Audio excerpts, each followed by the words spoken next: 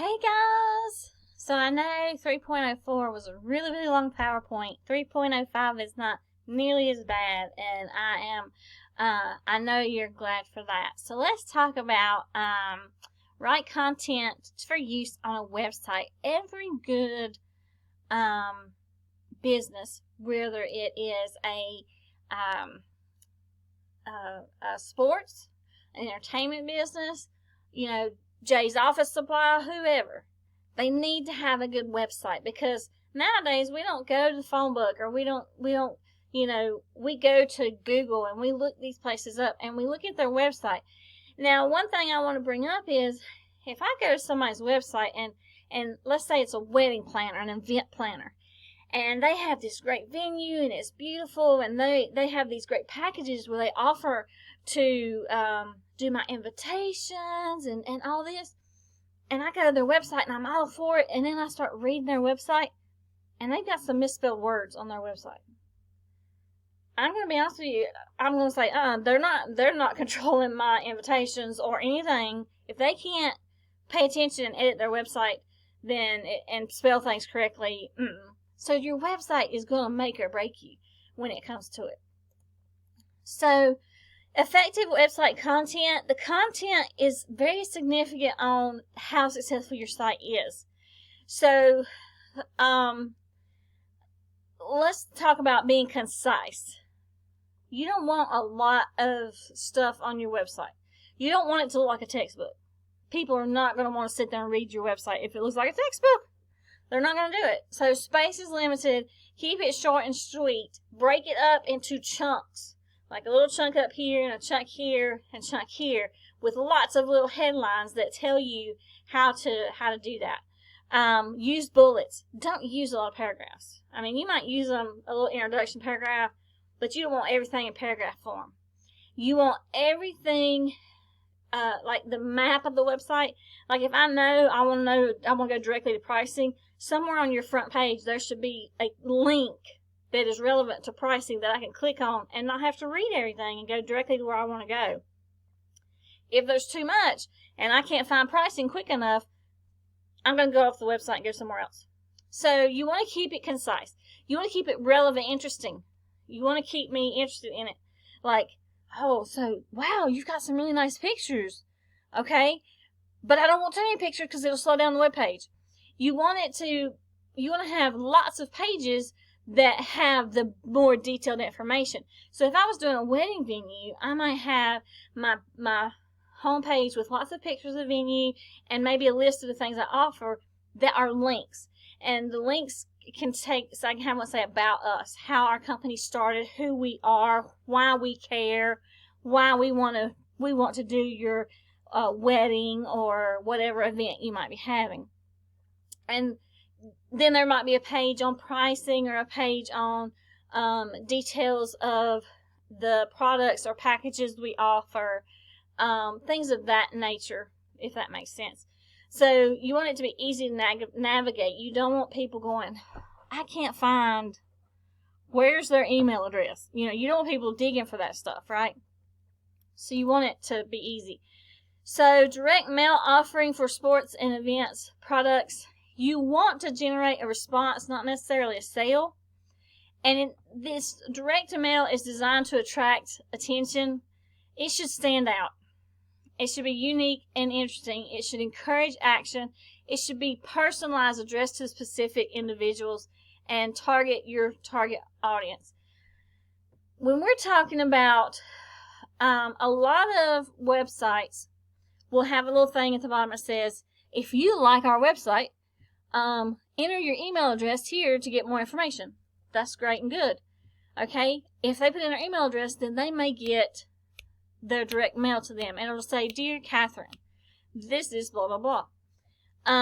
If you don't want it to be too many emails or too much direct mail, whether it's through the mailbox or through the email, you don't want it to be too much because they're going to get tired of seeing it. You should not send more than one. It depends on what kind of business you're in. More than one email a week, and sometimes that's too much. So I know with Charlotte Hornets, where I've bought group tickets before to take kids to see games, I get at least 3 to 4 emails personally to me in a month. That's not too many for the Charlotte Hornets. If I got them every week, that would be too much. Okay. And they're always personalized. They always talk. They don't talk about individuals. They talk about groups and students because they know that's what I've bought. They're hitting their target market. Okay. They know me. So, for effective direct mail, you want it to be very detailed, more so than a printed advertisement. You want it to go to your specific market. You don't want to just send it out there to everybody because that's mass marketing. You want to personalize it and address the recipient by name. Dear Catherine, dear Isaiah, dear Colson, whoever it may be, you want it to go to them by name. Never address the company. Never address Dear East Surrey. Don't do that. Make it measurable. Include reply cards or coupons. Okay? You can do coupons through mail or you can do it through email, either way. And then come back and see how effective this was for them. So, procedure of a direct mail campaign. What are you going to promote in this week's promotion? Okay? If you're going to send out something, what are you promoting?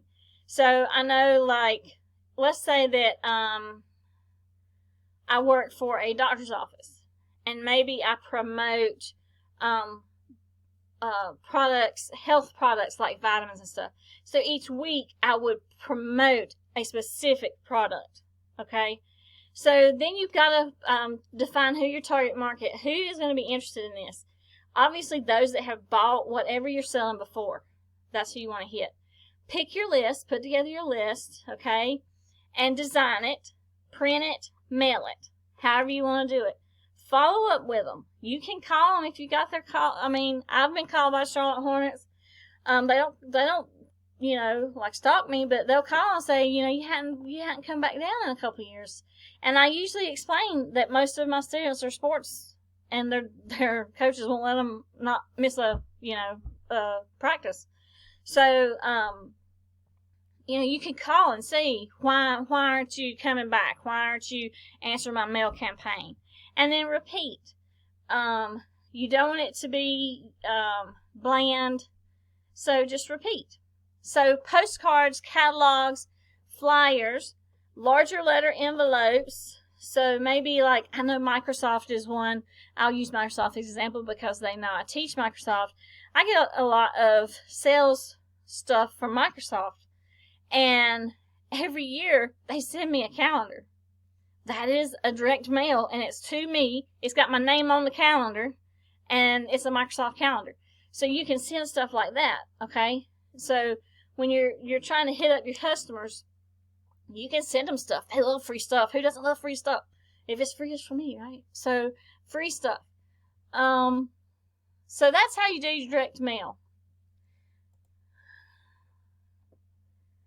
If we were to do this together, and we're not, because of our distance learning, we're going to discuss how we would do this. We would create a direct mail letter for alumni to attend an East Surrey High School event.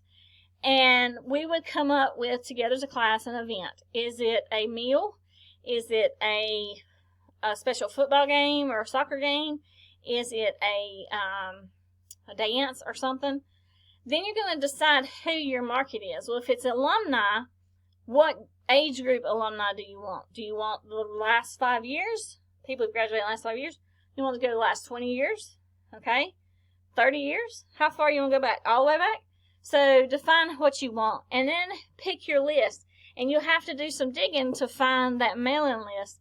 And then as a class, we would come up with our list. I would show you how to create design a flyer and show you how Microsoft Word allows you to put actual people's name in it. Like you make one flyer and then you put a block for their name, and when it would print one for each person on your list. It's really neat, and we would do that if we were in the classroom.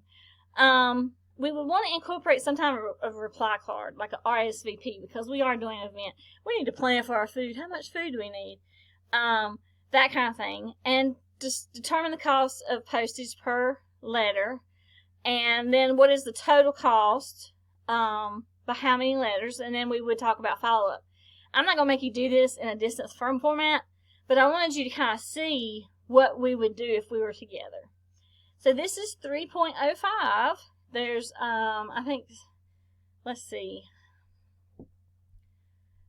Target your audience, get measurable results, save money on marketing, and then there's the quiz. So that is 3.05 in a nutshell. So it's not too bad. So I'll see you guys in 3.06.